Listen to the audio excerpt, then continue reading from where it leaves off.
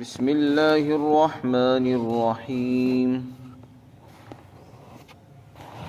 وقال الذين كفروا لولا نزل عليه القرآن جملة واحدة كذلك لنثبت به فؤادك ورتلناه ترتيلا ولا يأتونك بمثل إلا جئناك بالحق وأحسن تفسيرا الذين يحشرون على وجوههم إلى جهنم أولئك شر مكانا وأضل سبيلا۔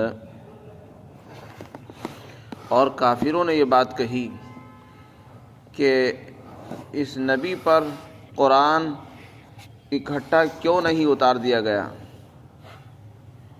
اللہ تعالیٰ نے ارشاد فرمایا کہ ہم نے قرآن کو اسی طرح تھوڑا تھوڑا تدریجاً اتارا ہے، اور ہمارا مقصد یہ ہے تاکہ ہم اس قرآن کے ذریعے آپ کے دل کو قوی اور مضبوط رکھیں، اور ہم نے اس کو ٹھہر ٹھہر کر نازل فرمایا ہے۔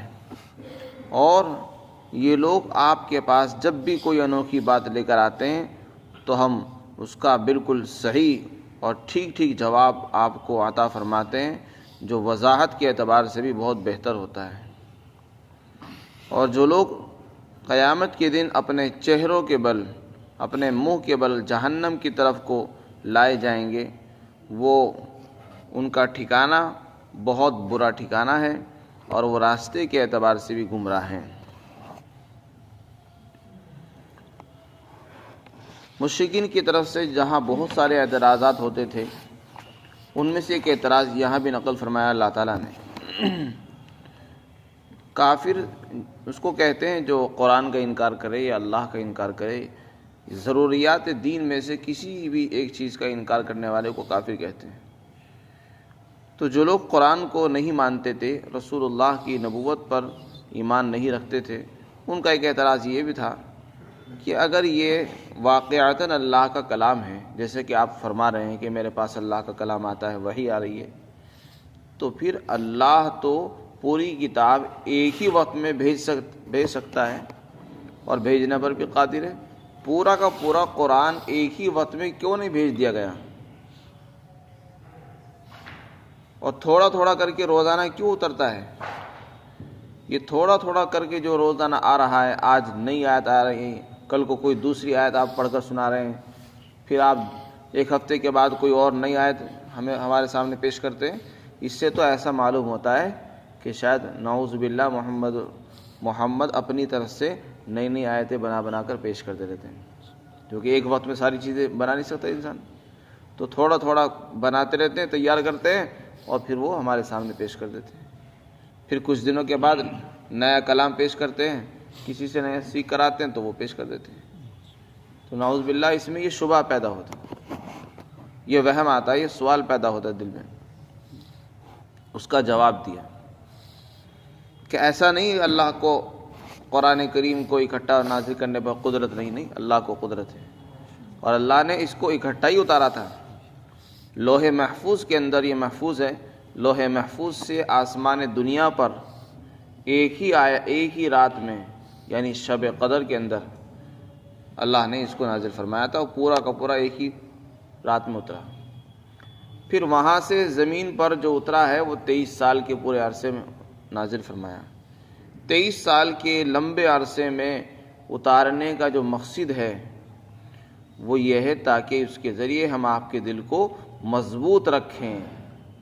ہم رسول اللہ صلی اللہ علیہ وسلم کے دل کو مضبوط رکھنا چاہتے ہیں، اس لیے کہ ہمیں ان سے کام لینا ہے۔ ہم نے ان کو یوں ہی پیدا نہیں کیا، ان کے اوپر تو بہت بڑی ذمہ داری بھیجی گئی ہے۔ جس آدمی کو کوئی ذمہ داری دے دی جائے اور اس کا دل پریشان ہو جائے تو وہ کام کیسے کرے گا؟ ہم اس کے دل کو مضبوط رکھنا چاہتے ہیں، انتشار سے بچانا چاہتے ہیں، اس کو تسلی دینا چاہتے ہیں، اور اس سے کام لینا چاہتے ہیں۔ ہم نے قرآن کو تھوڑا تھوڑا اس لیے اتارا ہے تاکہ اس کے ذریعے آپ کا دل مضبوط ہوتا رہے۔ روزانہ نئی نئی آیتیں آ رہی ہیں، روزانہ نئی صورتیں آ رہی ہیں، اس سے آپ کا دل تر و تازہ رہے گا، نئی نئی تسلیات آپ کو ملتی رہیں گی، خوشخبریاں ملتی رہیں گی، بشارتیں ملیں گی آپ کو تو پھر آپ کا دل اور طاقتور ہو جائے گا، مضبوط ہوتا چلا جائے گا۔ تو اس میں کیا حکمت ہے؟ آپ کا دل مضبوط کرنا۔ مثلا اگر ایسا ہو جاتا کہ سارا کا سارا قرآن ایک ہی وقت میں اتار دیا جاتا اور پھر بعد میں کوئی اور واقعہ پیش آتا، کسی کی طرف سے کوئی گستاخی پیش آتی، کوئی اعتراض کرتا، تو آپ صلی اللہ علیہ وسلم کا جو دل ٹوٹتا تھا اور آپ کو جو تکلیف ہوتی تھی، اس کی تسلی کے لیے پھر کیا ہوتا؟ یہ جو روزانہ آیتیں اترتی ہیں، اس سے ایک بڑا فائدہ یہ ہوتا ہے کہ جب بھی کوئی آدمی اعتراض کرتا ہے یا آپ کے ساتھ کوئی معاملہ پیش آتا ہے تو فوراً اللہ تعالیٰ اوپر سے آیت نازل فرماتے تھے، اس میں آپ کے لیے تسلی ہو جاتی ہے۔ اگر کسی کے ساتھ کوئی حادثہ پیش آ جائے اور اس کو تسلی اسی وقت دے دیں تو وہ تسلی کے الفاظ اسی وقت اس کے لیے مفید ہوتے ہیں، فائدہ مند ہوتے ہیں۔ یہ نہیں کہ آپ جو ہے زندگی بھر کے لیے بس اس کے لیے ایک الفاظ کی کتاب جو ہے اس کے پاس رکھ دو، بس اس میں سے تلاش کرتے رہنا، جب بھی کوئی حادثہ پیش آئے تسلی کے لیے الفاظ اس میں سے نکالتے رہنا۔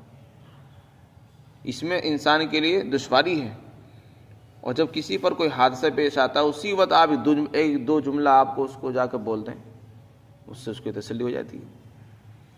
تو رسول اللہ صلی اللہ علیہ وسلم کو بھی بہت سے حادثات پیش آتے تھے، کبھی کسی کی طرف سے گستاخیاں ہو رہی ہیں، اسی وقت آپ پر آیت نازل ہو جاتی تھی اور آپ کو تسلی دے دی جاتی تھی کہ آپ گھبرائیں نہیں، آپ پریشان نہ ہو، آپ جو ہے اپنے کام میں لگے رہیں۔ اس طرح کے الفاظ آتے تھے، اس سے آپ کا دل اور مضبوط ہو جاتا تھا اور پھر آپ اپنے کام میں لگ جاتے تھے۔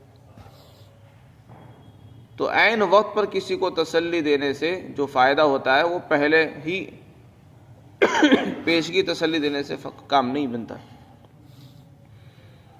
تو یہ فائدہ ہے اس کا، اس لیے فرمایا کہ ہم نے اس کو اس لیے اتارا تاکہ ہم اس کے ذریعے آپ کا دل کو مضبوط کریں۔ اور اس کی اور بھی بہت ساری حکمتیں علماء نے لکھی ہیں۔ اگر روزانہ قرآن کی آیتیں نازل ہوں گی تو بار بار وحی کے سلسلے نازل آئیں گے، فرشتوں کی آمد ہوگی، برکتوں کا نزول ہوگا۔ جب آیتیں اترتی تھی تو برکتیں نازل ہوتی تھی، فرشتے بار بار آتے تھے، آپ کو کوئی بات پوچھنی ہوتی تو بار بار آنے جانے سے آپ اپنے مسائل کو حل کر لیا کرتے تھے۔ تو اس میں بڑے فائدے ہیں، اس لیے فرمایا کہ ہم نے اس کو ٹھہر ٹھہر کر تھوڑا تھوڑا کر کے اتارا ہے۔ اور قرآن کریم کو بھی طریقہ یہی ہے پڑھنے کا، ورتل القرآن ترتیلا، قرآن کو ترتیل کے ساتھ پڑھیے، جیسا کہ تم دنیا میں پڑھتے تھے۔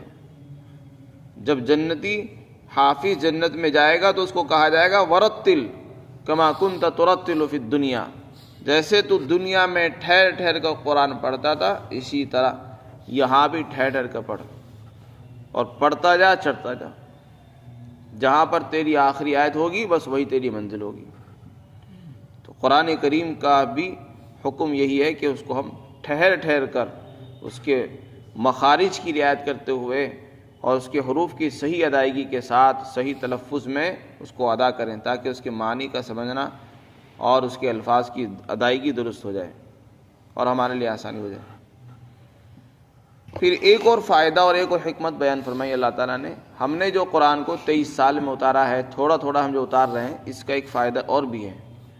وہ یہ ہے کہ بعض مرتبہ کسی کی طرف سے کوئی اچانک سے ایک اعتراض آ جاتا تھا، کوئی انوکھی عجیب و غریب باتیں پیش کرتے تھے لوگ، کبھی کوئی اعتراض کیا، کبھی کوئی اور اعتراض کیا۔ تو اگر قرآن کا سلسلہ یوں بند کر دیا جاتا تو پھر آپ جواب کیسے دیتے؟ تو اللہ تعالیٰ فرماتے جب بھی آپ کے سامنے یہ کوئی اور نیا نیا اعتراض بنا کر پیش کرتے ہیں تو پھر ہم اسی وقت اس کا منہ توڑ جواب آپ کو دے دیتے ہیں، اور بلکہ بہت ہی وضاحت کے ساتھ اور بالکل ٹھیک ٹھیک جواب ہم آپ کو القاء فرماتے ہیں اور آپ اس کا جواب دے دیتے ہیں۔ اس سے آپ کا بھی دل مضبوط ہو جاتا ہے اور سامنے والے دشمن ان کا منہ بند ہو جاتا تھا۔ تو یہ جبھی تو ہوگا جب کہ قرآن تھوڑا تھوڑا اترے۔ اسی طرح علماء نے لکھا ہے کہ قرآن کے تھوڑا تھوڑا اترنے میں یہ بھی فائدہ ہے کہ اس کو حفظ کرنا، اس کو محفوظ رکھنا آسان ہے۔ قرآن کریم میں اس کی حکمت اور دوسری آیتوں میں بھی اللہ نے بیان فرمائی ہے تاکہ اس کے پڑھنے میں آسانی ہو۔ چنانچہ روزانہ تھوڑی تھوڑی آیتیں اترتی تھی، آج ایک آیت اتر گئی، کل کو 2 آیت اتر گئی، کبھی ایک سورت اتر گئی، کبھی ایک حصہ اتر گیا۔ تو جتنا حصہ اترتا تھا اللہ کے رسول اس کو محفوظ کر لیا کرتے تھے، اس کے پڑھنے میں، اس کو حفظ کرنے میں، اس کو یاد کرنے میں، اس کے معنی کو سمجھنے میں آپ کی آسانی ہو جاتی ہے۔ یہ تو ایسا ہی ہے جیسے کہ بچے کو سبق پڑھایا جاتا ہے، آج اس کو سبق پڑھایا تھوڑا سا تو اس نے اس کو یاد کر لیا، اگلے دن اس کو اور دے دیا۔ تو تھوڑا تھوڑا پڑھا دینے میں اس کے لیے بھی آسانی ہے اور پڑھانے والے کے لیے بھی آسانی ہے۔ اور اگر ایک ہی دن پورے سال کا جو ہے سبق اس کو پڑھا دیا جائے، نہ تو اس کے سمجھ میں آئے گا اور نہ وہ اس کو محفوظ رکھ سکے گا۔ تو تھوڑا تھوڑا قرآن کریم اترنے میں ایک بڑا فائدہ یہ بھی تھا کہ حضرات صحابہ کرام اس کو یاد کر رہے تھے۔ روزانہ قرآن اترتا تھا، جتنا اترتا تھا اسی کو محفوظ کر لیا کرتے تھے، اس پر عمل بھی ہو رہا تھا ساتھ ساتھ۔ قرآن ادھر اتر رہا ہے، اس کو ادھر حفظ کر رہے ہیں، ادھر اس پر عمل بھی کر رہے ہیں، ادھر اس کے معنی بھی سمجھ رہے ہیں، اور وہ ساتھ ساتھ اس کی تبلیغ بھی کر رہے ہیں۔ یہ آیت نازل ہوئی اور پھر اس کو آگے پہنچا دیا، تو ہر کام اس پر ہو رہا تھا، ہر چیز ہو رہی تھی۔ آج ہمارے ساتھ کیا حال ہے؟ ہم نے قرآن بھی پڑھ لیا لیکن اس کو سمجھا نہیں، نہ اس کی تبلیغ کی، نہ اس کے معنی کو سمجھا، نہ اس کو پڑھا ہے، اور نہ اس کو آگے پہنچانے کی فکر ہے۔ ہم قرآن کے صرف ایک ہی حصے پر عمل کر رہے ہیں کہ اس کے الفاظ کو پڑھ لیتے ہیں، نہ معنی کا ہمیں پتہ ہے، نہ اس کو حفظ یاد کرنے کا پتہ، نہ اس کو آگے پہنچانے کی فکر ہے۔ اور اس زمانے میں یہ سارے کام ایک ساتھ ہو رہے تھے۔ اوپر سے قرآن اتر رہا ہے تھوڑا سا، ایک آیت نازل ہوئی، اس کے معنی بھی بتا دی گئے، اور اس کی تفسیر بھی آ گئی، اور پھر اس کی تبلیغ بھی ہو گئی، اور اس کو سینے میں بھی محفوظ کر لیا۔ ہر کام ساتھ ساتھ چل رہا تھا۔ اور عربوں کے یہاں بھی دستور یہی ہے، وہ بچوں کو جو قرآن کریم ان کے یہاں حفظ کراتے ہیں وہ اسی ترتیب پکڑتے ہیں۔ فرمایا وَلَا يَأْتُونَكَ بِمَثَلٍ إِلَّا جِئْنَاكَ بِالْحَقِّ، اور وہ آپ کے پاس جب بھی کوئی انوکھی بات اور عجیب و غریب بات لے کر آتے ہیں تو ہم آپ کو اس کا صحیح صحیح جواب اور خوب وضاحت کے ساتھ آپ کو دے دیتے ہیں۔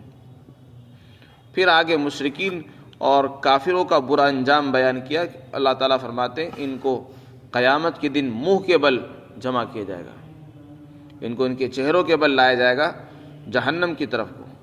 اللہ تعالیٰ فرماتے ہیں یہ ٹھکانے کے اعتبار سے بھی بہت برے ہیں اور راستے کے اعتبار سے بھی بہت گمراہ ہیں۔ یہ راستے کے اعتبار سے بھی سب سے غلط طریقے پر چل رہے ہیں، اور ان کا جو ٹھکانہ ہوگا یعنی جہنم، وہ بھی انتہائی خطرناک اور بری اور انتہائی خطرناک جگہ ہے۔ اس لیے ان کا یہ انجام اللہ تعالیٰ نے بیان فرمایا۔ خلاصہ یہ ہوا قرآن کریم کو اللہ نے 23 سالہ عرصے میں جو اتارا ہے، اس میں اللہ کی بڑی حکمتیں پوشیدہ ہیں۔ یہی ایک حکمت نہیں بلکہ اس کے علاوہ اور بھی بہت سی حکمتیں جو علماء کرام نے بیان کی ہیں، اور قرآن کریم میں اور دوسرے مقام پر بھی اللہ نے بیان فرمائی ہے۔ اس کو یاد کرنے میں آسانی ہوتی ہے، سمجھنے میں آسانی ہے، تبلیغ کرنے میں بھی آسانی ہے وغیرہ۔ اللہ تعالی ہم سب کو عمل کی توفیق عطا فرمائے۔